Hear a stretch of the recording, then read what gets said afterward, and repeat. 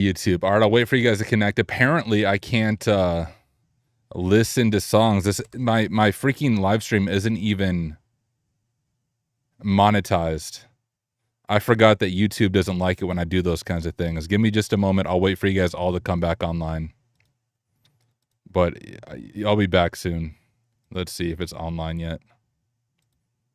Go to live stream. Save.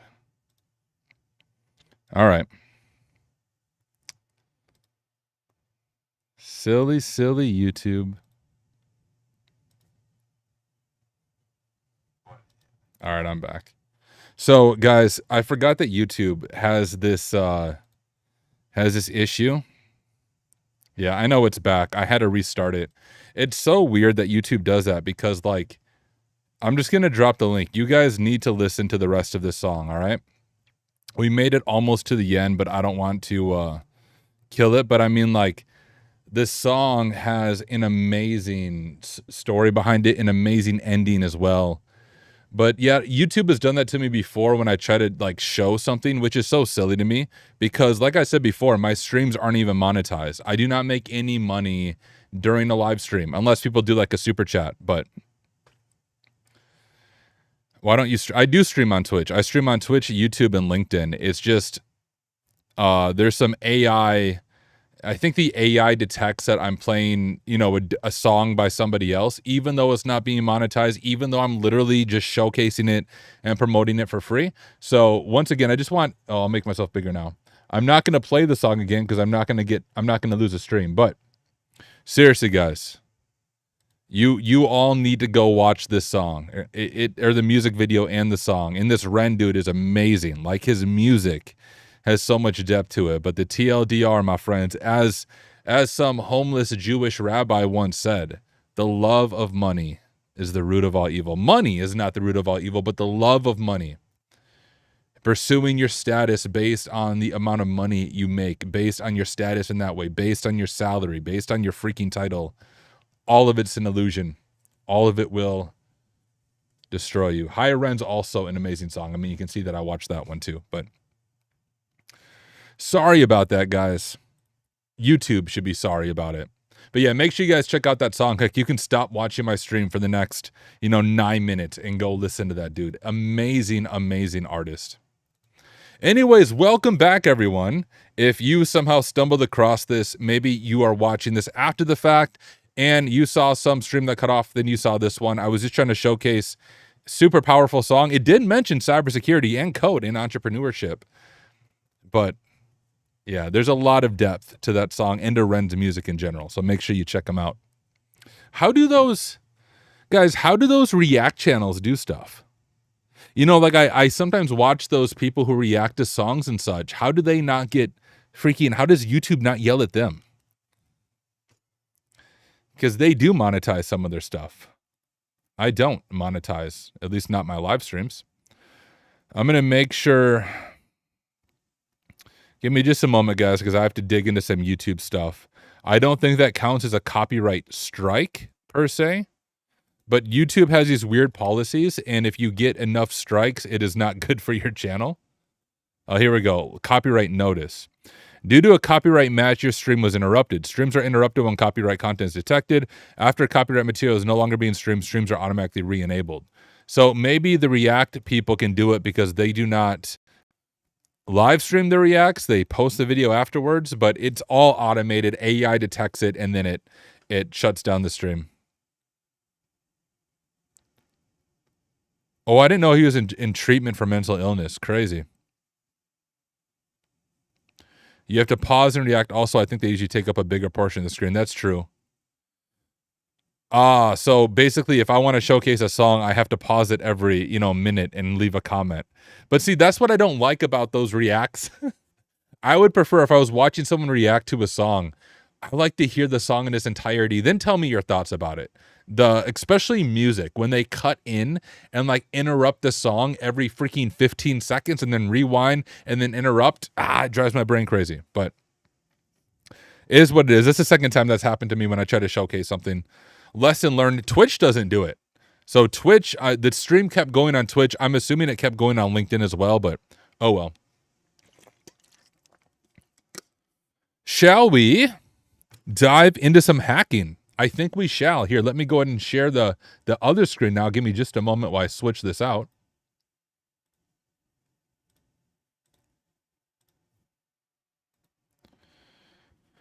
And yes, if you guys do have some questions, feel free to ask them. I will take maybe 10 minutes to answer questions, and then we'll dive into some hacking.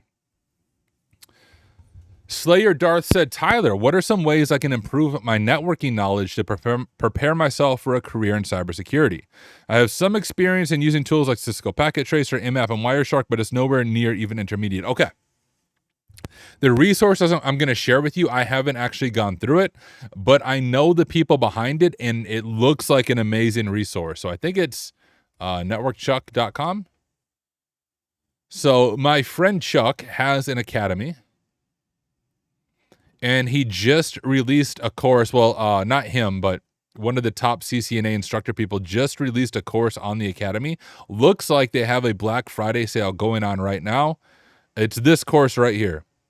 Kickstart your IT career with the all-new Network Chuck Academy CCNA course of 2025. It's 55 lessons with hands-on labs using Packet Tracer and real-world scenarios, perfect for beginners and aspiring network pros. This is what I would recommend. This course looks really, really good. I didn't even know Chuck had an academy. Yes, he does. So it looks, once again, I haven't gone through the course myself, but it does look really good. And I'm a huge fan of Chuck and everything he does. I know we get some hate, especially in the hacker community. But the reality is he's a YouTuber. I mean, that's his full-time thing. He's the largest YouTuber that I know of kind of in our cybersecurity space.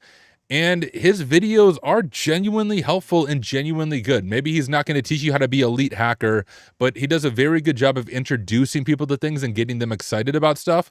But outside of the YouTube side of things, he's a genuinely nice person. Like when he's on stream, or not on stream, he doesn't stream very much. When he's on video, like his very upbeat personality, that's how he is in person.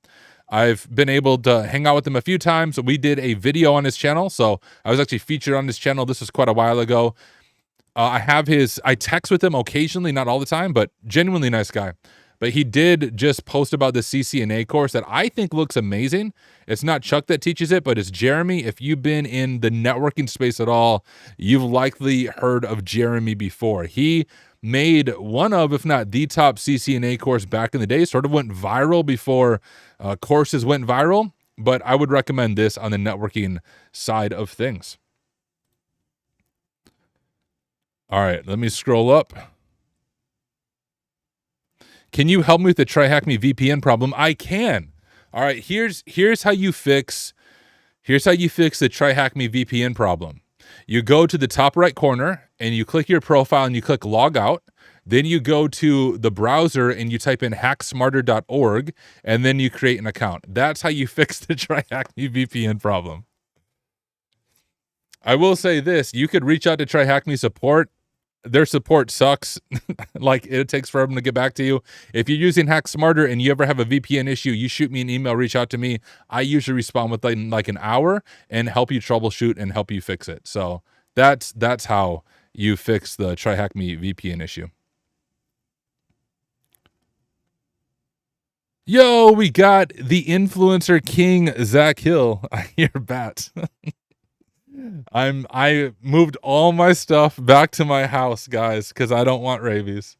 The bat, as far as I know, is still in my office, so I am back home. I'm at the point where I'm starting to think I'm not supposed to have a different office, because I had one office for a few months that got infested with wasps, like 30 to 40 wasps in the building. I moved into the second office, and I was there for, I don't even know, 4 weeks maybe. And during the live stream, there's a freaking bat in the wall behind me. So apparently I'm just meant to always be home, which isn't bad most of the time. My kids are in school right now. They have an early out today, so that's why I'm streaming right now, because they will be home this afternoon. I can't really stream when they're home because they're loud. But when they're at school, everything's fine. I actually have a better audio setup at my house than I do in that office. I was actually working on getting that office a little better on the acoustics and live streaming side of things, but now I'm going to wait before I spend money to see what happens with the bat.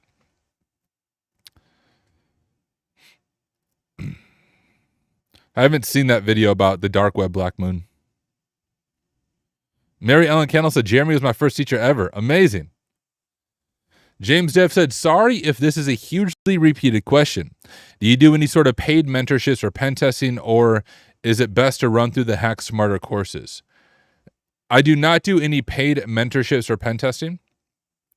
I mean, I do have a pen testing company, and I get this question a lot, so I'll just answer it now because I get emails on a daily basis of people sending me their resumes and asking me to hire them. So I just want to be upfront. I am the founder of two companies, Hack Smarter and Kairos, but both things are fully bootstrapped. I have no outside investors. I have no outside founders. I have no outside money. I am building both companies for my own personal checking account, and I'm not in a place where I can hire people to do that, right? Like, we're very much in the beginning stages. Even unpaid internships, I don't have the capacity to do that, because even to have an internship program, it takes a significant amount of time from the leader who is building that, and I don't have the time or capacity to even do interns. So I am not hiring, and I do not have any paid mentorships or pen testing. I will say the best place to learn, I think, is the Hack Smarter community. So we, of course, have hacksmarter.org. I have courses there. I have Hack With Me's, which is like hacking alongside of me. That would be kind of like mentoring or shadowing. And I have hands-on labs there. Every single lab has walkthroughs, amazing walkthroughs submitted by the community. But we also have a Discord community. I think we're right about almost at 14,000 members. And we do like free weekly goal meetings. I'll be leading a few of those this month. We do free career coaching, free resume review, and we have a CTF team that anyone can join. So that is the best way to get involved, is join the community and be active in the community. Abel443 said, hi, Tyler. I had a question. I'm 22. Isn't that a Taylor Swift song? My daughter just had a birthday party, and all of her friends wanted to listen to Taylor Swift, so I was jamming out to T Swift in my car. I'm pretty sure she has a song about how she feels 22. Anyways, I recently quit my job due to high work pressure, and the CEO was encouraging illegal activities. I felt that I wasn't ready for corporate. How do I get myself ready? I don't know what country you're in. I don't know what industry you're interested in. I don't know any of the context, so I'll be honest, I can't give you a good answer. I would recommend, Abel, once again, joining the Hack Smarter Discord. If you go to hacksmarter.org, just click the Discord button in the nav bar, and you will be able to see it or be able to join it. And then you can set up a meeting with one of our career coaches. It's donate what you can. What that means, one second, responding to my wife. Picking up. It's donate what you can, which just means donate to a nonprofit of your choice, whatever amount you can afford. If it's $1, that's fine. Then you can schedule a one-on-one meeting with one of our career coaches, and they can sit with you one-on-one and help you map that out. What advice do you have for people who have read the words, "We regret to inform you after applications too many times to count"? That's a really good question. The job market right now is very difficult, especially in this particular point of time. I mean, between the holidays, so about Thanksgiving through the New Year, it's a very, very hard time to find a new job. A lot of HR departments, a lot of companies are just not in a hiring place right now. Hopefully it will pick up in the new year. So at this point of time, it is just difficult. As far as advice that I would give you, number one, I would encourage you that you are not alone in this. There's a lot of people in a very similar boat who application after application after application, they don't hear back, or they do hear back and it's, we regret to inform you went the candidate with a better whatever, blah, blah, blah. So number one, just recognize that you're not alone. Number two, join a community of people. Once again, I think Hack Smarter is a really great place to join, but join a community of people, because although I'm a huge fan of remote work, I'm very much an introvert. At the end of the day, we are not meant to live fully solitary individual lives. I don't know if that's your case, but I will say, generally speaking, discouragement can lead to depression, and depression can lead to isolation, and then isolation leads to discouragement, which leads to depression, which leads to isolation. So you get put in this really bad spiral of negative thinking, feeling sorry for yourself, and then falling deeper and deeper and deeper into this pit. And often the only way to be pulled out of that pit is to have genuine friends and community around you who are willing to go into that muck with you and help pull you out of that pit and encourage you. And that's one of the reasons I started the Hack Smarter community. So I think you'll find some encouragement there. Third piece of advice is look at your resume or have somebody else look at your resume. Once again, we do career coaching. We do mock interviews in Hack Smarter, all free of charge. And so we have a resume review channel. Maybe it's your resume, maybe it's the interview side of things, but that's where I would recommend is reach out to people, be part of a community. And I guess one final piece of advice I would give you is start thinking about ways that you can give back to the community at large. One of the best ways to fight against discouragement and even depression is to help take your focus off of yourself and put them on somebody else that you are able to help. I guarantee you that there are people in this world, in this industry, that you're further along than them. And you have a lot of wisdom and insight you could offer them. So maybe it's a LinkedIn post that you make sharing something you learned to help another person. Maybe it's a YouTube video that you make. Maybe it's just helping in Discord. But there is something powerful about stepping outside of yourself and seeking to help another person that I genuinely think will encourage you. So thank you for the question. I do just want to say, it really does suck. I'm sorry that you're going through it. And those of you in the live stream right now, let me know if you have any thoughts or insights for people who are struggling with that right now. Maybe they've been laid off or they quit a job and they're having a very difficult time finding another job. Would love to hear from you guys. Let me know your thoughts. Pretzel said, hey, Tyler, I'm going to buy a Raspberry Pi and my OS is going to be Linux. Would this be a good idea for learning Linux? Yes, absolutely. I don't have a Raspberry Pi, but it would be a great way to learn Linux. Black Moon said, if you see this, I saw it. Do you think a degree is required for cybersec, or do you think it's pretty easy to get certs without a diploma? It is definitely not required, but it also helps a lot, especially a bachelor's degree. And it depends what you're applying for. I would say in the pen testing side of things, degrees aren't as important. They're much more interested in certifications and bug bounty and CVEs if you have those on your resume. But on the blue team side of things, at a more mature organization, like I used to work at a large bank as a senior analyst for the blue team, that role required a bachelor's degree, just like as an initial entry point. And that's what you'll see at a lot of those larger organizations. They have a requirement for a bachelor's. They don't even care what the bachelor's is in most of the time, but they just want you to have a bachelor's degree. So if you're able to get a bachelor's degree, I would recommend going through Western Governors University. That's what I did, fully accredited, fully legit, but a lot more affordable than more traditional schools. But I do think a bachelor's is worth it if you're able to get one in a way without going into a bunch of debt. What was your timeline like going from a pastor to breaking into IT cyber?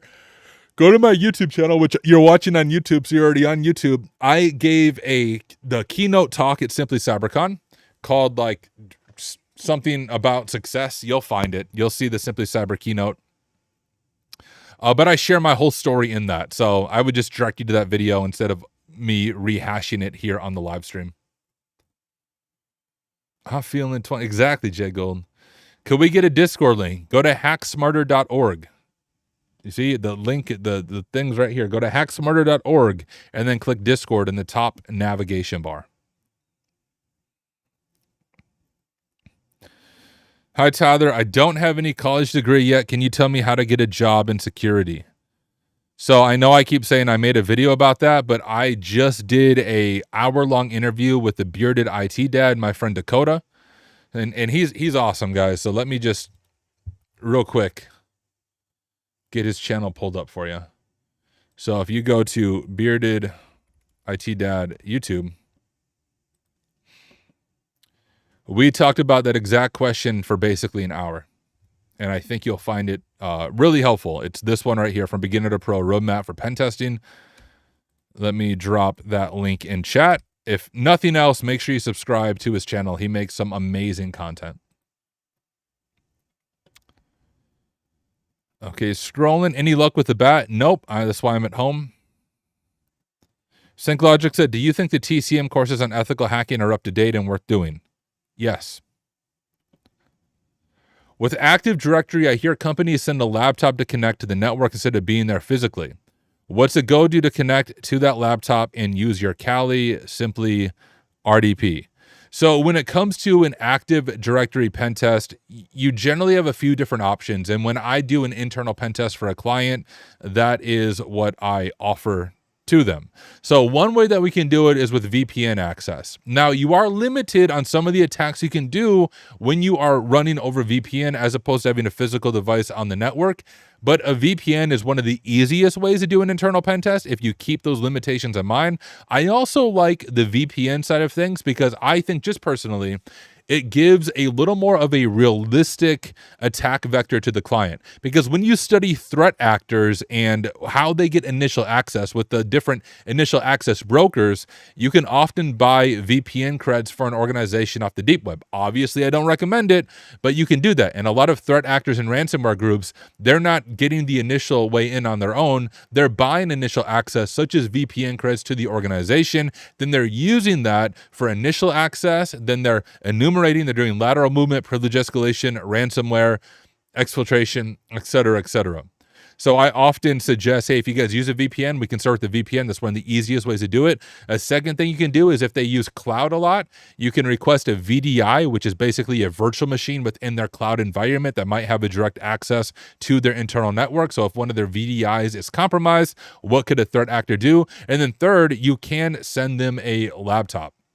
So generally, you configure like Kali Linux on a laptop. The downside of sending a physical device is you are reliant on their IT team to make sure they plug everything in, to make sure things aren't filtered on the port side of things, and that you're able to do the pen test. But you send them a laptop, they plug it in to get connectivity, and then you can connect to it. You can use something simple such as SSH. You can use something like Tailscale to have, I think it's called Tailscale. That's what I actually use for my home networking type stuff. Tailscale, yeah. Tailscale is like a VPN, point-to-point VPN. Well, not, I don't know if that'd be the correct term, but it's WireGuard is what it uses, a VPN, and then you can connect to that machine and have access to it, and then you have access to their internal network. But there's a lot of different tooling like that if you just do a little bit of Googling. Hopefully that answers your question. Kitchen InfoSec, I said I'm unemployed in 2 months without unemployment, no job lose. Yeah, it's rough. Black Moon said I haven't been able to find another tech support IT job for a year. Thank you, Luke Alley. I appreciate it. How can I create my field manual? Wait, I missed the super chat. Sank, I answered your question. I never thanked you for the super chat. Thank you so much, dude, for the super chat. I apologize for not thanking you before. Amar Saber said, how can I create my field manual while learning through CPTS? And what do you think about creating a field manual? What do you mean by a field manual? Do you just mean notes? If you just mean notes, I recommend Notion. You can use OneNote. You can use Microsoft Paint for all I care. It's just more important that you're in the habit of taking good notes. I'm just not sure what you mean by a field manual. Abdul said, Tyler, I'm having this problem of finding security flaws, but I don't know how to exploit. How do I go about it? But for a starter, what do you think someone should go for, blue or red team in Nigeria? Okay, so you have a few different questions here. As far as finding and exploiting security flaws, that just is going to come with training. All right, so you're in Nigeria. I'm guessing, not guessing, I know the currency of Nigeria and the currency of US are radically different. So what is affordable in the US is not affordable in Nigeria. So I recognize that. I would point you to some free resources. One of the best, especially on the web app side of things, is Portswigger Academy. Portswigger Academy is completely free, and I believe the best resource for learning web app pen testing. So I would point you to that. Now, it's not video-based, it's text-based, but it's still really good. As far as whether you should go for blue or red team in Nigeria, I would say blue team. A lot of people want to do red team, but the reality is red team only makes sense for organizations that have a somewhat mature security posture. Now, I don't know for sure the security climate in Nigeria, but I'm guessing in Nigeria, you're going to have a lot more job opportunities on the blue team as opposed to the red team.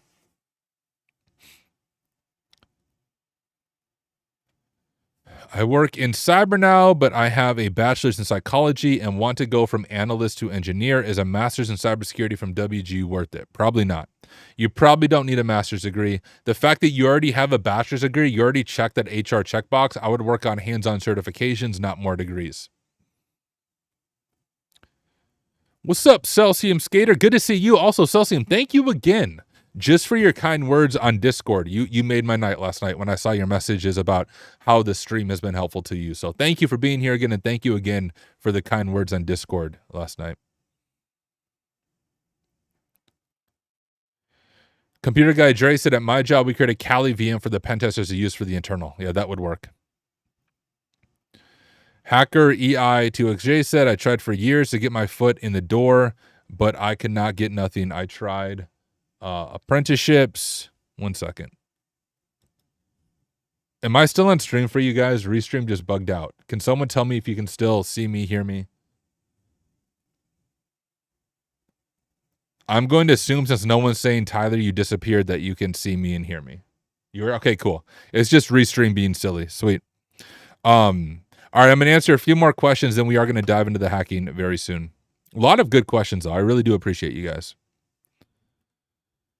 Let's see. Okay, I tried for years to get my foot in the door, but I could not get anything.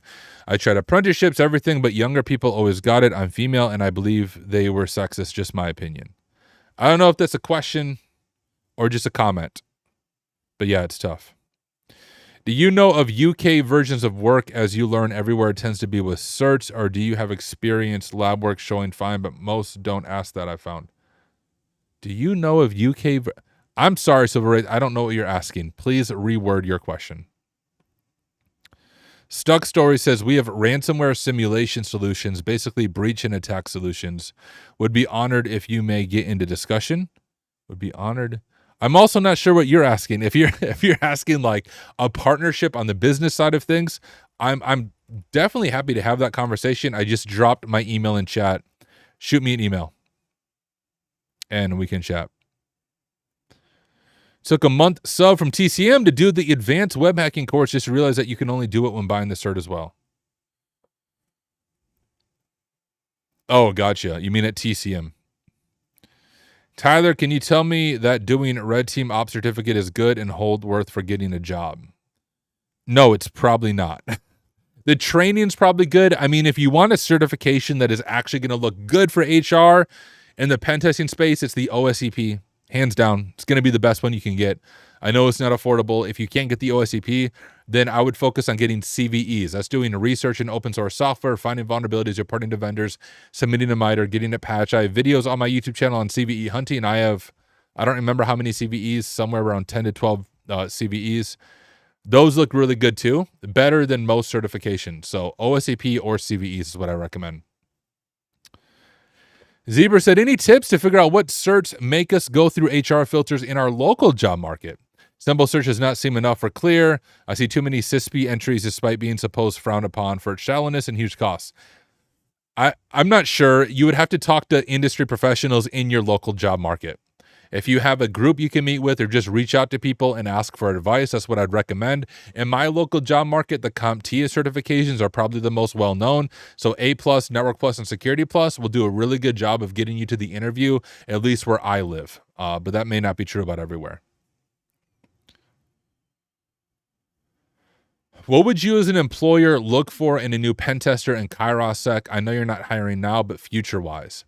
If I ever do hire a full-time employee, this may come as a surprise. I wouldn't hire necessarily for super strong technical skills. I feel like I can teach technical skills somewhat well. I mean, I do that all the time, so I can take someone who has basic pen testing knowledge. I could get you up to speed rather quickly to do some basic pen tests, such as like an external network pen test and maybe some vulnerability scanning to kick things off. What I cannot train is like people not being a jerk. All right. So people who have big egos, I'm not going to hire you. People who it's hard to describe. There's some people who just come off as a jerk when they talk, and they're a little bit arrogant. They're not fun to hang out with. Like if I wouldn't want to play Counter-Strike with you, I wouldn't hire you.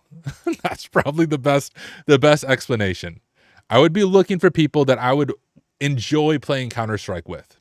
If I wouldn't enjoy playing Counter-Strike with you, I wouldn't enjoy working with you, and I'm probably not going to hire you. It's the Counter-Strike test. Wouldn't that be hilarious? Like, as part of the job interview, instead of a technical challenge, we like jump into Dust 2 and we play a competitive game of Counter-Strike. And depending on how you respond to getting pwned, that's whether or not you get hired, right? Gaming is a good indicator of a person's emotional stability or lack thereof.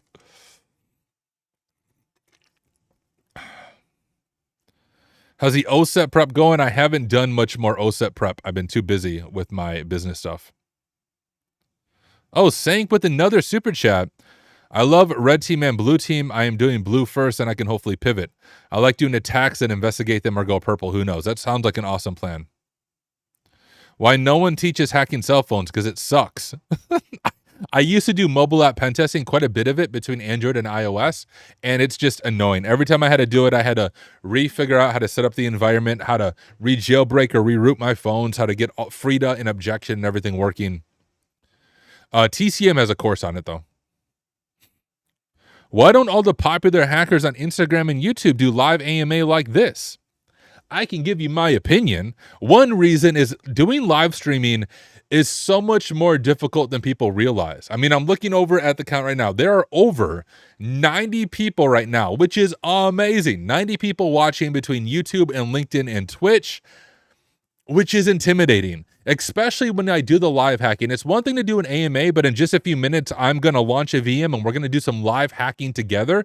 If you've ever had this experience when you're in a meeting and you share your screen, and the moment that you know that people are watching your screen, you suddenly forget how a computer works and you kind of freeze, take that times 100. Because I have almost 100 people watching me, watching my every move, seeing what silly mistake I'm going to make. So there's a lot of pressure when it comes to live streaming. So it's a huge commitment. That's part of it. But the other part of it is a lot of the so-called popular hackers. I'm not going to call anyone out by any means, especially on like the TikTok and short side of things that are trying to sell boot camps. They don't make their money hacking. They make their money by trying to sell you an overpriced boot camp. And it's one thing if you make like a 6 to 10 minute YouTube video. It's super easy in a well-polished, well-produced YouTube video to kind of put on a persona and put on a mask and do things that mislead your audience. It's a lot more difficult when you're like me. I stream almost every single day, probably 15 hours of streaming a day, or not a day, holy crap, a week. I stream about 2 hours a day. It's about 10 hours. So 10 to 12 hours of streaming every single week. Like who you see when I'm on stream is who I am IRL. I'm a little less talkative IRL, but I'm not putting on a mask. I'm not putting on some persona to try to get more views or subscribers, blah, blah, blah, blah. If you live stream, people see who you are as a real person. And a lot of those popular hackers on Instagram and TikTok and such, they're kind of garbage people because they do a lot of shady stuff to scam people and try to make money that way. So they're not going to live stream and they're not going to do AMA because they're not going to be comfortable answering your questions anyways. All right, scrolling. Will there be more advanced web hacking course after your first web hacking course? Maybe. And the reason I say maybe, I'm actually curious to get your guys' thoughts. When it comes to hacking courses, I think the best audience for that are those in the beginning stages or early intermediate stages of hacking. You get to a point in your hacking career where rather than doing courses, you're more interested in self-learning and doing labs. So for a long time, I did a bunch of different courses in order to learn. Now I learn by, doing pen testing for my job, but also I just love diving into labs like on Hack Smarter and stumbling my way around and learning that way. So eventually you have to leave that tutorial hell to really dive into stuff, but you can't really dive into stuff till you have that solid foundation. So in my opinion, if someone is at a spot where they're ready for an advanced web app hacking course, they probably don't need me to teach it to them. If they're at that level, they should know enough about how to do their own research and figure things out. They don't need it to be taught by me. They can teach it to themselves. All right, scrolling. USA do work as you learn in cybersecurity. UK don't. It certs with experience of undergraduates. Oh, so I can't speak on UK because I don't live in the UK, so I apologize. I have no idea.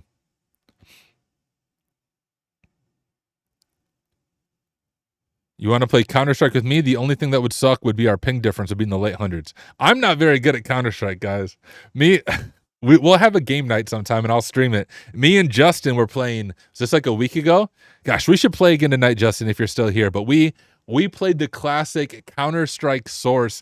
There was like 64 people on Dust 2, which is way too many people. There was one dude that was super into it. It was amazing. I grew up on Counter-Strike 1.6 and Source. I do play Counter-Strike 2 occasionally, but CS2 is almost too competitive for me. I like the silly like shenanigans you get into in the old school Counter-Strike game. So Justin, if you're still here, we should play some Source tonight. Anyone wants to join, ping me on Discord. Maybe we can have a Counter-Strike Source game night. I think that'd be a lot of fun. Oh man, okay. Yeah, so Justin said a lot of people don't like to go off their script and look bad. AMA means you can be asked anything. And if you're faking who you are, then it'll show quickly. Exactly. Yo, Abel, thank you. Thank you, my friend, for becoming a member. You are amazing. Thank you for your generosity. I really do appreciate it. Who are some other ethical hackers on YouTube that we can learn from? At the top of my head, I mean, John Hammond doesn't actually do pen testing, but he would be a good resource to learn from. Tiberius is another really good resource. Al Hazard, I don't even know how you say his name properly. He used to stream a lot. He has some videos on YouTube. He's another really good resource. The Shy Hat does a lot of teaching on YouTube. Honestly, what I would recommend is if you go to this website called InfoSec Streams, this is where you can find a lot of good streamers. Looks like quite a few of us are live right now. You can see me right there, Hack Smarter. But check out InfoSec Streams and kind of look through this list. It's populated based on people who are actually active, and you can check out some other streamers there. All right, guys, we need to get into the hacking. I'll answer a few more questions. For web app pen testing, do you think BSCP is enough? It's definitely really good. Thank you, Sync. I want a more web app hacking. Every single time I do CTF rooms, it is so hard. Well, I will be coming out with a full web app pen testing course in February. Bro, how do you find client? I find clients for pen testing. One is my platform. I have YouTube, LinkedIn. I'm incredibly active on both. I get clients that way just through they've heard of me and they reach out to me. I have different MSPs that I partner with, and when their clients need pen testing, they reach out to me. Those are the primary ways I find clients on the pen testing side of things. Awesome. That's awesome, Larry, Master of Bites. You have a pair of vampire canines, dude. Yes. I like to drink blood at times. A bit question. Does new codes are about to be discovered currently through other than... I don't know what you're asking, Akmal. I'm apologize. Oh, yeah, an Overgrown Carrot. Dude, Overgrown Carrot doesn't freaking stream, though, anymore. At least not very often. But yeah, he's another awesome resource. All right, guys, it's time to hack. All right? We have about 50 minutes or so, because then I have to go pick up my kids from school. Then they're going to be home. So I saved all my normal administrative stuff I do in the morning for the afternoon when my kids are home. So let's go ahead and get everything set up so that we are ready to hack all the things. Now, I do just want to remind you, during the live stream, you can join me completely free. It will not cost you anything. So head over to the greatest platform ever, and that is hacksmarter.org. And at the top of the page, you will see Hack Smarter Live, completely free. It says pay what you can, starting at $0. The infrastructure isn't free for me. So if you're like, hey, Tyler, I want to tip $1 million, you can tip your $1 million when you sign up, or you can tip $1, whatever you want to tip when you sign up. So this is going on right now. You'll be able to hack right alongside of me. You'll be able to download the VPN, launch the VM, and hack all the things. Also, real quick promotion. We have a new machine releasing tomorrow. This is 3 machines. It's a 3-machine Active Directory lab created by my friend Ryan, aka Overgrown Carrot, based on a red team engagement he was on recently. It is a hard machine, and good luck with it. I think it's pretty hard, but it's very cool. So it's built off of a recent engagement that he had where the DCs were not syncing correctly, caused a lot of problems during the engagement. They had to go through a proxy, which made tools like LDAP very hard to use. Your normal tools may fail. Can you think outside the box? So this is releasing tomorrow. And if you do not have a sub to Hack Smarter, there is free access for 8 hours after release. I can't do much longer than that because I'll end up broke. But for 8 hours, I give you access to the lab for free, and it is a multi-machine lab. So 3 different machines all connected together so that you can dive into some more advanced Active Directory hacking. There are no bats in my house, McLovin. To be clear, they're in my office, which is why I'm at home now, because I don't want to get rabies. All right, anyways, so let me stop sharing my screen real quick just while I get logged into my account here on HackSmarter. And I'm going to launch the VM, and I'll give you guys a very quick recap of what we did yesterday. But then we're going to dive into the recording for today. For those of you new to my live stream, it's also during my live streams where I make my standalone videos for YouTube. If you do not follow me on YouTube, YouTube is my primary platform. I release 3 to 5 videos every single week. And it's during the live streams that I make those standalone videos for my YouTube channel. So I usually pick a machine from my platform now, and I hack through it and teach as I go. And you're welcome to join me during the live stream without a sub.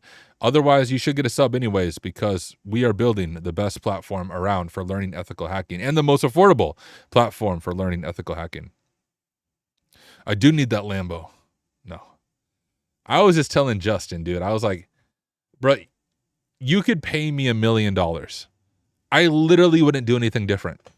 I haven't changed my standard of living. I used to make about $30,000 to $40,000 a year as a pastor, 5-6 years ago. I make way more than that now. I've never changed my standard of living. I could go back to $40,000 a year and I'd be fine. My family would be fine. I live in the same house I used to live in. I never changed my standard of living. I never let that lifestyle creep happen, because why? I just give a little more money away to different nonprofits in my area. That's the biggest change I made. Yo, Abel, hey, I appreciate your generosity. It's rare to find someone so genuine doing such great work for this community. I really appreciate it. Well, I appreciate you for being here and for the super chat, Abel. Thank you, thank you, thank you. And thanks for the kind words. All right, give me just a moment. We are doing evasive on the platform. Go ahead and start this up. And I will say, if you do have a sub to HackSmarter, which if you don't, you should. There's like over 90 of you watching. I'm going to just guess that most of you don't have a subscription. All right? Get one right now. Everything's discounted. For only $16.99 a month, you unlock everything. Every course, every hack with me, every hands-on lab. That's crazy, crazy cheap. Or if you don't need my courses and you just want the labs, only $6.99 a month. Unlocks every single lab. And what's different about our platform is most of our labs have multiple machines in them. It's not just a single machine you're attacking. It's multiple machines chained together at that price point. It is crazy. And all with a heavy focus on realism. So all like 90 plus of you who are here who do not have a subscription, come on, what are you doing? Hack smarter, not harder. Join the movement. We are building the best platform for learning ethical hacking in 2025 and beyond. So there's my quick commercial. Anyways, if you do have a subscription to HackSmarter, this is the machine that we're doing right here, Evasive. So log into your account and then launch up Evasive, and you'll be able to hack right alongside of me. Anyways, real quick recap of what we did in yesterday's stream before I start recording for YouTube. We, of course, did our enumeration. This is a Windows machine, not Active Directory, just Windows, but really cool one so far, that's running a mail server as well as a web server. And on the web server, there was nothing there. It was your standard IIS 10.0, nothing super exciting there. dir search found nothing exciting. vhost found nothing exciting. Website functionality had nothing going on. Then we started digging into SMB and network shares. And with anonymous or guest access, we were able to connect. We saw that there was this docs share name. There was 2 files in this docs share name. We downloaded them. The first one was an email or a message saying, "Hello, Roger. Can you send me the EXE program via email once you're done with it?" from Alfonso. That told us we have 2 users, one named Roger, one named Alfonso, and that Alfonso is expecting a .exe program. We have, for new users, we have a default password as well being shared. And so at this point, we have 2 users and a default password. Neither of the creds worked for SMB. You can see that right here. I tried Roger and Alfonso on SMB, and both of them failed. We were able to do RID brute forcing because we had access to the IPC share, but that didn't give us anything interesting. We only had 2 users again, Alfonso and Roger, and that's where we left things off at. So we are going to pick up where we left off, and the challenge I gave you, if you were in yesterday's live stream, is I'm like 90% certain our way in is going to be the web server then, and some type of credential reuse with Alfonso and Roger from those default creds. Now, although this is my platform, I've never actually done this machine before. Our QA team that we have at Hack Smarter, they QA'd the machine, not me. And so I am stumbling through it blind, giving you my full methodology, note-taking process, rabbit holes I fall into, all of the things. So I don't actually know for sure what to expect. Do I sell merch on Amazon? I do not. If you want merch, store.hacksmarter.org. I just dropped a link in chat. That actually just redirects to our Printful is what I use on the back end, but I don't price up the merch either. It's basically at cost. You can get merch. So get all the merch. You can see I am rocking this hat right here. That's the dark Hack Smarter hat. You'll see me wearing this Kairos shirt there. We have the black hoodie on. That was the original merch that I released, but I'll be adding more stuff to this very soon. But yeah, get all your Hack Smarter merch. This is a shirt designed by my daughter. She had some Hack Smarter gear, and she made this with a marker in her notebook, and I took a picture of her picture with my phone, and I made a t-shirt out of that. So this is the Ava design. I recommend you get that as well. But yeah, the merch is a little more expensive than what you'll normally pay for, but that's because I paid for higher quality stuff. I hate most custom swag because it freaking sucks. The material's cheap. It shrinks every time you wash it. It's terrible. So I paid a little bit extra, or it's a little bit more expensive, but it's all very high quality. I wear this hat literally every single day. Everywhere I go, I have this hat on. It's all very good quality stuff. I'm not sure if it delivers to Europe, honestly saying. You'll have to check out and see if it will deliver to you. It's Printful on the back end. I'm just not sure what they all deliver to. All right. Now what I'm going to do is I'm going to hit record over on OBS, and we're going to start recording another part for the evasive machine. I think we have done 2 parts so far, so this will be part 3. Give me just a moment. I'm going to double check. I already have the videos on YouTube unlisted. Yeah, I did evasive part 1, evasive part 2. So this video will be evasive part 3, and we'll just pick up right where we left off. So let me get a drink of water, then I'll hit record, then we'll hack all the things.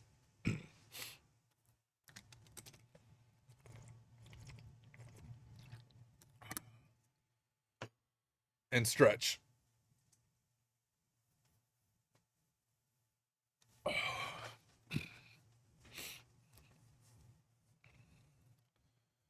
Hey, Abel, thank you for reaching out. So for a chain VM, you actually have to build it on our platform. For standalone machines, I can accept an OVA, but for machines that are chained together because of how networking works, I have to create an account for you on the back end, and you can actually build the VM directly in the platform. So reach out to me with what your thoughts are, and if it's realistic, I'll make you an account, and you can build it on the platform. Bat infestation, I have no idea. I haven't been back to the old office. I don't want rabies, so I'm working from home for now. All right, let's start recording, ladies and gentlemen. And we'll at least record another part. I don't think I'll do 2 more parts because I have to go get my kids from school, but maybe we can at least get initial access in this stream. We'll find out. I guess I do already have initial access as anonymous guest user to the SMB environment, but here we go. What is up, everyone? Welcome back to another video. This is going to be part 3 of working through the evasive machine on the Hack Smarter platform. Now, this is part 3, so if this is the first video that you are watching, you might feel a little bit lost. I recommend you go to part 1 and part 2 first, and I also recommend you hack right alongside of me. You will learn a lot by watching me. You'll learn even more by hands-on keyboard and doing all the hacking with me. You can get a subscription over at hacksmarter.org. It is incredibly affordable for you to hack alongside of me. You may also notice occasionally there'll be chat on the screen. As I'm recording this, there are over 90 people watching me live. So I make these videos while I live stream, and I live stream all the time. So if you haven't already, make sure you hit subscribe and you do the little bell notification thingy so that you're notified the next time I'm live and you can be part of the live studio audience. All that being said, let me share my screen and we're going to pick up right where we left off in part 2. And in part 2, we have our starting information. We have this password, new user 2024, and we have 2 users. We have Roger and we have Alfonso, and it does not work for SMB. So what I'm thinking is we are going to have to authenticate to the mail server instead of SMB. That being said, I have not solved this machine before, and there is some software that you can install on Kali that will allow you to have a full mail client that you can customly configure, but I don't remember what it's called. So what I'm going to do, and I have to stop sharing my screen because not everything in my notes are public. It's like, is it Evolution? Now that I'm thinking it, maybe it just popped in my head. I think it's called Evolution. Mail? Yes. Okay. Evolution is what I'm thinking of. I think we can sudo apt install it here on Kali. You know what else I need to do? I need to get on the VPN. So let me do that real quick. And I'll open up a new tab. We'll call it terminal. We'll CD over to HackSmarter Evasive. And I'm going to make sure I can ping the machine. Usually I do this before I start recording, but you know, YOLO. Yes, we have connection. I think it's Evolution. If we do sudo, and I'll zoom in so you guys can see this a little better. I think if we do sudo apt install Evolution, it might work. Yes. Hopefully this works. I've used Evolution before in a situation like this. Do I really have to update? Okay. I will. Hopefully it doesn't take too long for me to update, but what I will do is using the power of video editing. If it takes too long, I will fast forward it. So for those of you watching this after the fact, you don't have to stare at my screen and watch my Kali VM update. So Tyler of the future, you can cut this part out. Maybe. Oh, maybe I won't. So never mind. I'm not going to use the power of video editing. It did not take too long to update my sources. And now we should be able to download Evolution. So if you're following along, sudo apt install Evolution. For those of you in the live stream, has anyone ever used the Evolution mail client? I don't actually use it in my normal day-to-day life, but I have used it on quite a few CTFs when I need to set up a nice mail GUI. You can also use the command line to send emails, but the syntax is confusing to me. So we're going to use Evolution and see if we can get this working. So it says, welcome to Evolution. Oh, did I do it in the THM room? You got mail? I've done it in a few different rooms where there's a mail server because I like Evolution. It's a lot easier to use than trying to do everything from the CLI. So I'm going to hit next on this screen. We don't need to restore anything from backup, so we'll hit next. And our full information, I'm going to try Roger first. So I think it's Roger at winserver01.hs for HackSmarter. All of this we can ignore for now. We don't need to look up mail servers based on that. Well, I guess it might work since I have it in my Etsy host. Will it be able to do it automatically? I don't actually know. Okay, no. So we need to do IMAP, which for this machine, IMAP, I believe, is listening on 143. We can see IMAP there on 143. So we're going to do winserver01.hs, and our port's actually going to be 143. Oh, I don't have numlock on. like so. And our username is going to be Roger at winserver01.hs. Encryption, we don't have any encryption, I believe, with 143. So I'm going to do next. This is all fine. Check for new messages I'm going to do every 1 minute if I can. Okay, we'll just do 60 minutes. All the rest of this looks good. I'm going to hit next. And now we need to specify our SMTP port. So we're going to do winserver01.hs. And our SMTP port on this machine is going to be 25. Come on. 25 like so. And this also has no encryption because it's on 25, I believe. We'll hit next. Account summary. And if this doesn't work, we'll try Alfonso. I'm not sure which one's going to work, but we'll just try Roger first. Just double checking details. All of it looks good to me. And that is the name of the server, right? Oh, not cat. Freaking, what are you doing, Tyler?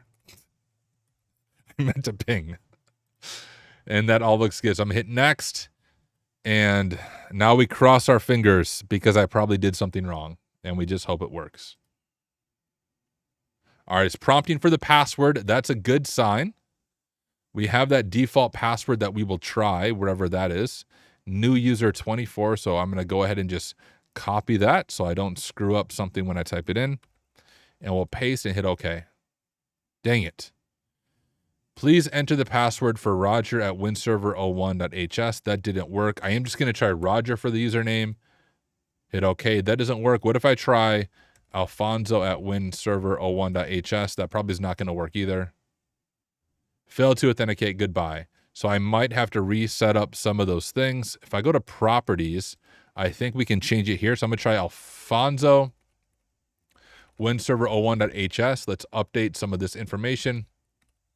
Like so. Alfonso at winserver01.hs. Okay, that should be good. If we go to receiving email, we have Alfonso in there now. Receiving options, sending email. Okay, that all looks good. I'm going to do OK now. And we'll see, can we authenticate? How do I re-authenticate? The source stream returned no data. I don't even know what that means.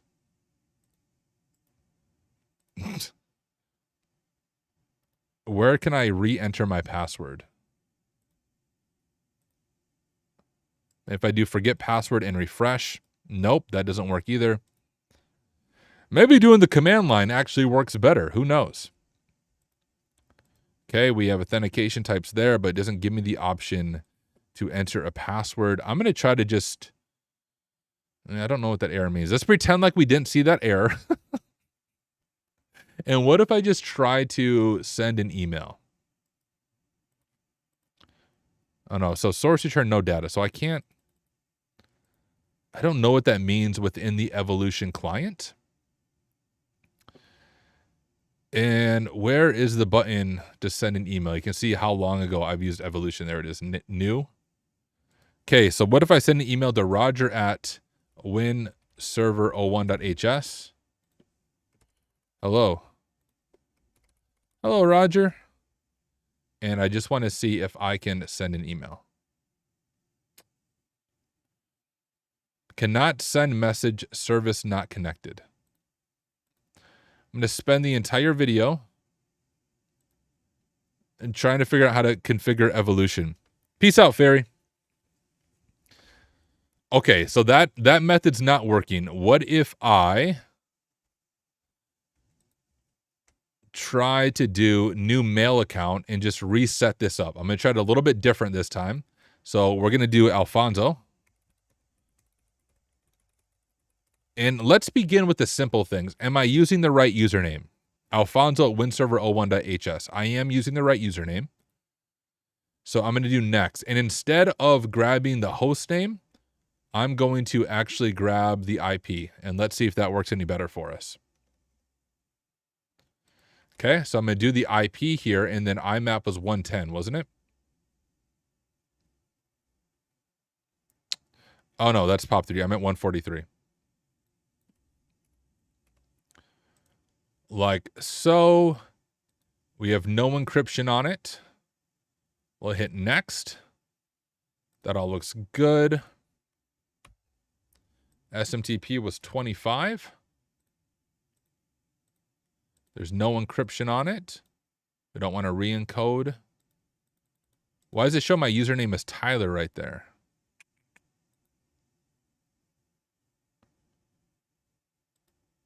It should be showing Alfonso. Oh, here we go.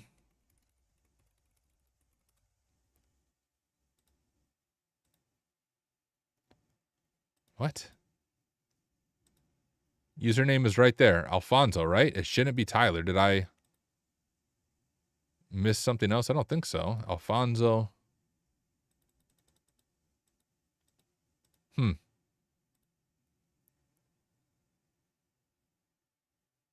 Why is it sending as Tyler?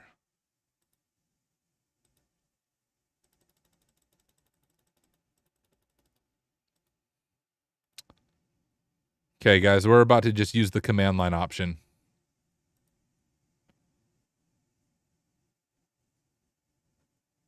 Hey, what's up, 0x Bob? Oh, you must have two YouTube accounts, Mace and 0x Bob. Okay, why is it trying to authenticate as Tyler? I still don't understand. I have the username set to Alfonso.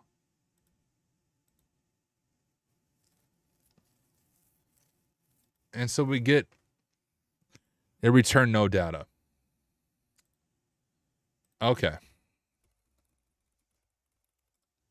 YOLO.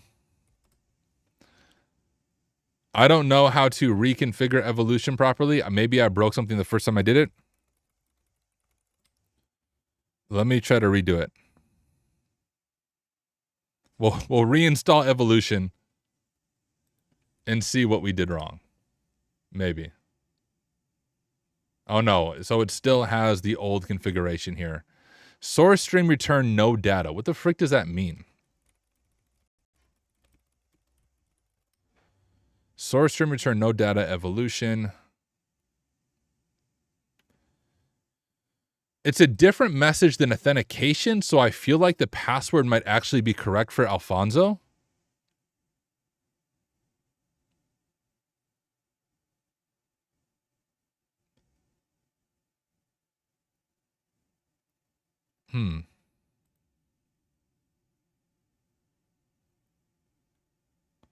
Okay, whatever. I think there's another tool called SendMail that's built into Kali, potentially. I don't know how to use it, though. TBH. So let's see if one fails. Let's try send email. It's already installed. Sweet. Okay. How does send email work? How do we authenticate? Well, let's just look at this. I'm going to do send email because I know that's going to be at least one command, and let's look at what we need to do.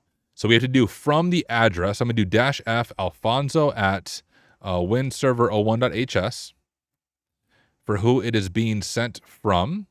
And we want to send it to Roger at winserver01.hs, the to address. We can give it a subject of test, our message of test,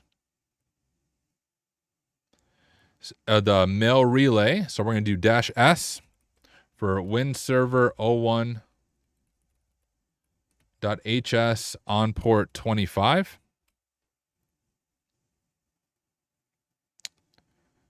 Okay, we don't need that. Optional. So we're not going to attach a file yet. I just want to see if I can send the email. We have a username and password. So -xu for the username. I'm going to do alfonso at winserver01.hs. And is it XP for password? Yep, it is XP for password. And that is like new user 2024 exclamation mark, I think. Let's double check that though. New user 2024 exclamation mark. Yep, that all looks good to me. Okay, so we have username, password. Let's do -v for verbose. So if it does fail, maybe we'll get a better idea than just whatever it gave us before. Reply to username. I don't think we need that. All right, enter.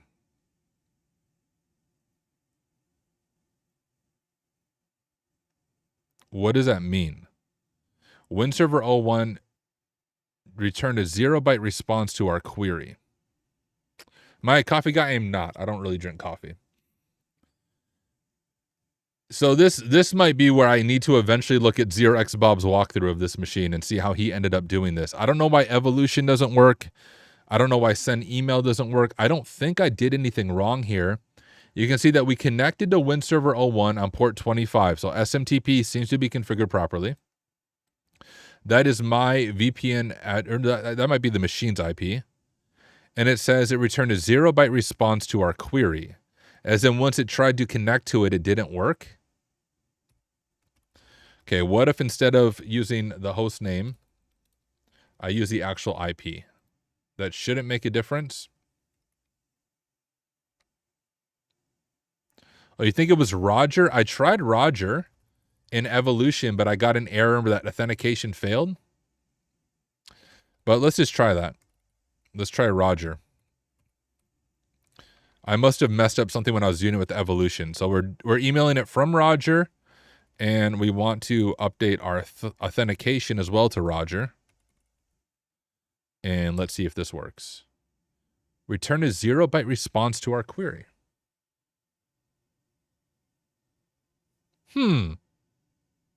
What does that even mean? Let's see. Send email from Roger at WinServer01 to Alfonso. We have that. Yes, logon failure. I know I could ask ChatGPT, guys. I don't like using LLMs, though. New user 2024. You think it's like new user 2025? There's also an anti-brute forcing thing. So if I try incorrectly enough times, it's going to lock out the account.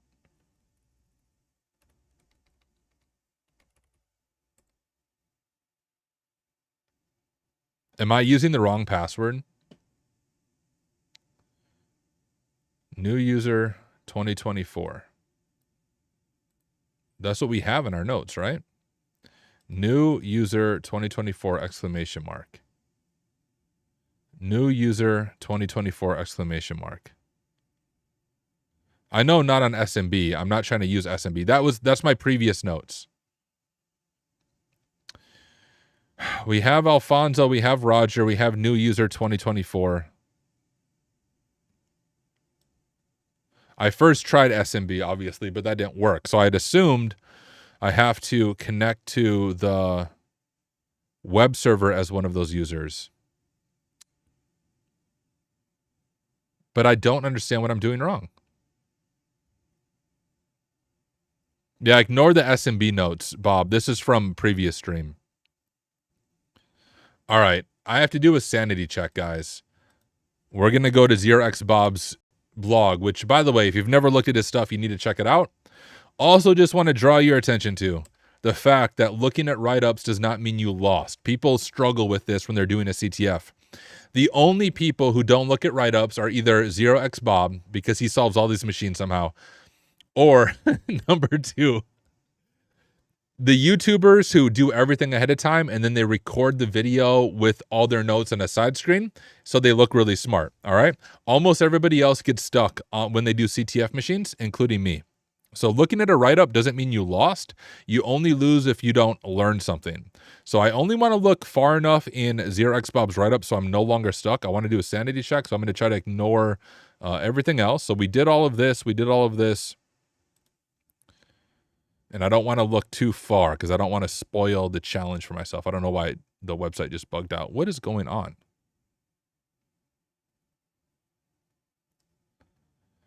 All right, access is Roger. So we also identified those users.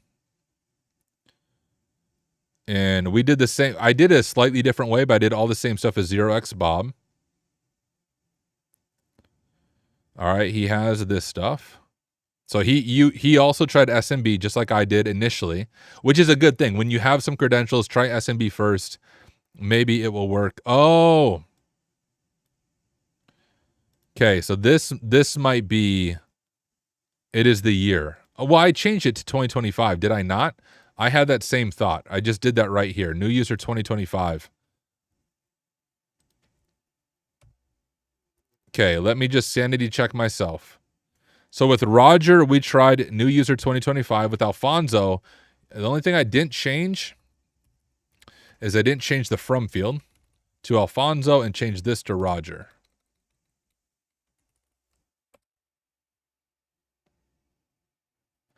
Okay, but I'm still getting that same error. Let me try it on here. So if I go to properties,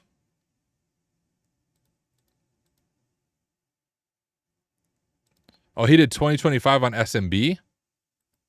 Oh.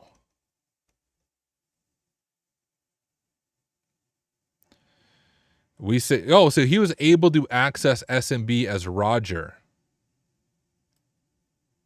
Ah. With the 2025. What?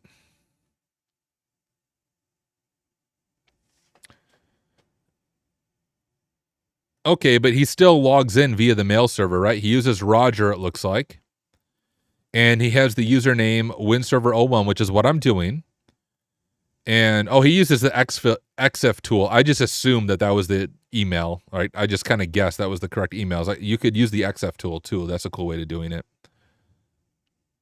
All right, so then he used, what the frick is this curl magic that Bob is using?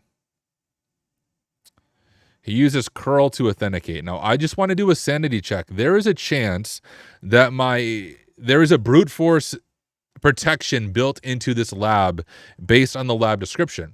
So there is a chance that I locked the account. So I'm going to try this. I want to make sure I'm doing this right. It's new user 2025, right? It's 2024 here, but we're going to try 2025 for Roger. Response reading failed. So I have a feeling I accidentally locked out the account potentially. We can double check. Maybe SMB will work because it didn't say, I don't think it's connected to SMB. Like, let me try SMB real quick. NetExec SMB. We'll do this, but instead of guess, we're going to do Roger. And the password, we're going to do new user 2025 exclamation mark. And I'm going to look at what shares we might have access to. Let's see if we can at least confirm Roger's credentials. But I think I potentially locked out the user's account. Maybe Evolution. I was using the wrong credentials for Evolution. I don't know how many. Yeah, there we go. I don't know how many times Evolution attempts to connect, but if I could give my best guess, by using Evolution, it maybe tried to connect with the wrong credentials over and over and over again. Each time it tried to refresh or retrieve the folder or the mail information, every time it tried to do that, it tried to re-authenticate the WinServer01 using the incorrect credentials. I don't know what the threshold is on the machine, but because I did that, what would have happened is each time it tried to authenticate, it tried to use Roger's username and new user 2024, and as a result, I fully locked out Roger's account. Now, what most YouTubers would do in this moment is they would take the recording that I just did and they would not upload it. Because most of this, if not all of this recording, was me troubleshooting, me making mistakes, me looking at a walkthrough, and then me trying to reverse engineer what I did wrong. But I'm going to leave this in the series because what I just showed you is what most pen testing and what most CTFs look like. When you watch a YouTuber solve a CTF in 15 minutes and you're left scratching your head wondering, how did they connect this to this? How did they know to do this? The answer is they didn't. The answer is they likely looked at a walkthrough. They typed all their notes up. They solved the machine once, then they did it super fast so they appear smart. What I just showed you is how most CTFs go for most people, unless you're like XCT or NTLE, those top players in Hack the Box. Most of us struggle. Most of us make mistakes. Most of us accidentally lock things, and then we have to reset the machine. So this does conclude part 3 of working through the evasive machine here on Hack Smarter, and we spent a lot of time troubleshooting. We got a little bit further. We know the credential now for Roger of new user 2025, but we still need to figure out how to authenticate. So if you are following along, you likely also locked out your user. So what you'll want to do now is fully reset the machine, and then we'll try to reset up evolution, but we'll do that in the next part. But hopefully you learned something from the methodology and the troubleshooting and the stumbling around, and I will catch you in the next one. Okay, I'm still live with you guys. Just done recording. I have to go pick up my kids from school, guys, but I will answer a few quick questions before I jump off. And hopefully tomorrow we will be able to actually get initial access. Real quick, I'm going to go ahead and stop this machine, and I'll have to remember to reset it when I jump back on tomorrow. Otherwise, we'll run into the same issue. But if you guys have never checked out Xerox Bob's walkthroughs, he does an amazing job with his walkthroughs. Well, I want to be able to get evolution working, so offline, I might try to get evolution working, because it's one thing to do one video of me troubleshooting, but if there's like 3 videos of me just banging my head against a keyboard, that will not be helpful to the people watching after the fact on YouTube. So offline, I might try to at least get evolution working to make sure I can get it to work. I don't think there's anything broken about the machine. It's something broken with what I'm doing, so I'll figure it out. And I'll explain it in the next video. All right, Hijack D said, hey, I just finished boot camp and I feel so lost and overwhelmed. I even can't make myself sit and learn without feeling to use the phone or anything else. Most boot camps suck. That might be why you feel lost and overwhelmed. I would recommend starting with the beginner level course. If you head over to hacksmarter.org, I have a very beginner level course called Introduction to Hacking Methodology. I almost guarantee you'll learn more from my course than you did from your boot camp, and you won't feel lost and you won't feel overwhelmed.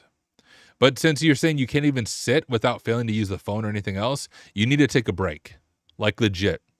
Take 2 to 3 days. Don't do any hacking. Let your mind rest before you try to learn more stuff. I think about getting a MacBook. I don't use a MacBook. I can't answer that question, Hijack D. I use Ubuntu as my primary OS. That's what I would recommend. Peace out, Abel. ZeroX Bob said, a general CTF takes 3 to 6 hours for me at least. Depends on the difficulty and knowledge. Always baffled about NLTE solving stuff in 20 minutes. It is crazy. And yeah, thank you. Like, I think people get so discouraged from CTFs because most YouTubers do not show the real process. They just show themselves solving it and looking like a freaking wizard. That's not the real process. The real process is what I just showed you. Stumbling around and making mistakes and having to research and having to dig into stuff. So I always like to be able to show that real process of troubleshooting and trying to figure it out. That's how most of us are. Even those of us who work in the field professionally, we all struggle with, even easy CTFs will stump me often when I'm trying to figure out what exactly does the author want me to do in this moment. So thank you, ZeroXBow, for being here. Thank you for sharing that. It also takes you 3 to 6 hours, depending on difficulty and knowledge. And I'll also say what ramps up the difficulty, guys, is the live streaming component. If you've never live streamed, you won't fully appreciate this.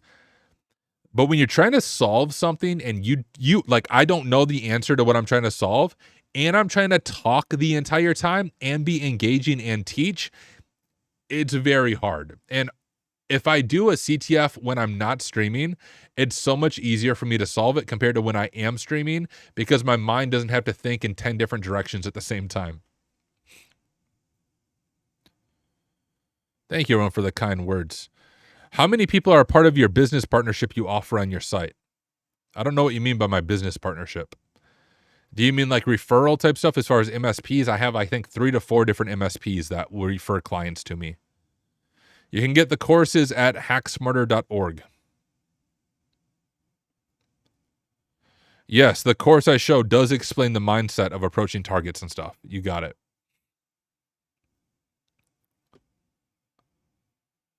Oh, the 150 a month on Ko-Fi. Oh, I see. I think there's 7 people in that plan on Ko-Fi.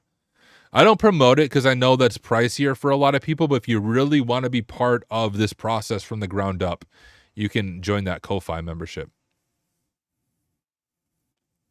But okay, guys, I have to sign off and get this video ready to be uploaded, and then I'm going to jump on lunch, go pick up my kids from school, hang out with them for a little bit for my lunch break. I will be back online this afternoon, but I'm not streaming. I got a bunch of administrative stuff to do this afternoon. I just saved it for when my kids are home so that they can be loud, and I'm not going to try to live stream while they are home. So guys, I really do appreciate all of you being here. I will be live streaming again tomorrow. I'm pulling up my calendar right now so I can tell you guys when I'll be live streaming. Let's see. So tomorrow I have the live stream scheduled for, hey, about the same time. So about the same time I started today, which is about 11 a.m. Central Standard Time. That's what I have scheduled for tomorrow. So as long as I'm not putting out any crazy fires on the business side of things, we'll be doing another 2-hour live stream tomorrow. We'll dive back into this machine. Hopefully we can figure out what I did wrong with Evolution and get the Evolution client working, because the Evolution client is really cool. It's a lot better than using a CLI to send emails. It just looks a lot nicer. Yeah, Pebbles is cool, dude. Guys, I hung out with Pebbles. Here's a fun Pebbles story. I hung out with Pebbles at DEF CON, and we were going to a bug bounty party. The Bug Bounty Village was putting on a party offsite, wasn't part of DEF CON, but you had to be 21 years or older to attend. I don't know how old Pebbles is now, but for the party, he was not 21. Like, he cannot legally go to this party. We didn't know that until we got to the party and they were checking IDs at the door. And he was like, dude, I'm just gonna, like, it's a social engineering test. Could he work his way into the party? So he was right behind me as we were going to this party. And he just like acted confident, and they checked my ID. They were checking other people's ID. He just literally didn't look at them and just kept walking, and no one stopped him. And he made it into the party, which I was amazed. He didn't drink or anything, but you had to be 21 even to attend the party. But he social engineered himself into the bug bounty party.